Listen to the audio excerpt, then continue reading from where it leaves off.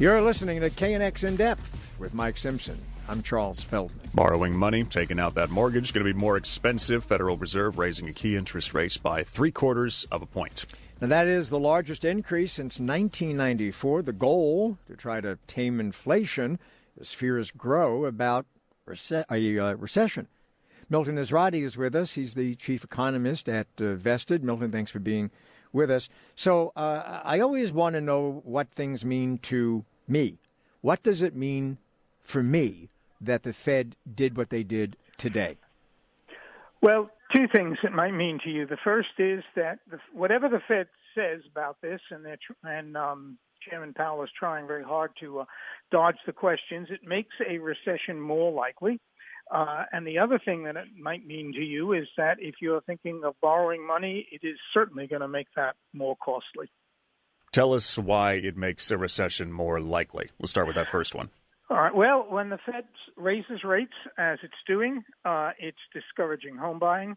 It's discouraging consumer borrowing. It's discouraging business borrowing. All those lines of spending are what support the economy. So there's going to be a pullback. The Fed hopes it's a slowdown, a soft landing. But history says that when they do this sort of thing, it usually results in a recession.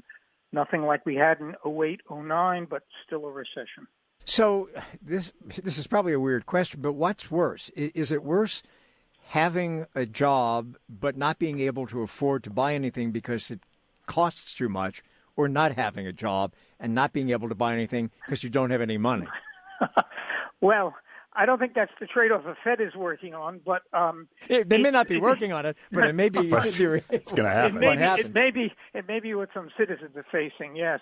The problem the Fed has, and this is something that Powell couldn't say at the press conference that followed the decision, is that if they don't do anything about the inflation, it is not going to be you have a job and you can't afford anything, because the inflation itself in time will create a recession. So if he doesn't beat it, and it may be creating a mild recession to do so, then it's going to create something a lot more severe, maybe a few months or a year down the road, but it too will create a recession. So it's not a choice of we can let this go by and allow people to suffer with the inflation but avoid the recession.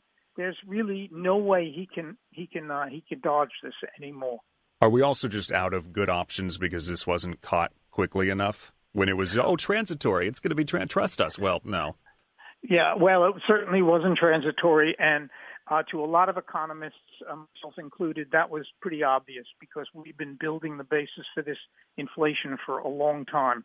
But if the Fed had acted a year ago instead of when it did, first action was in March, it's not that long ago, if the Fed hadn't dawdled or dithered or prevaricated for a year, they might be ahead of the game, and the pressure would be less to control this thing. Are you trying to say they screwed up?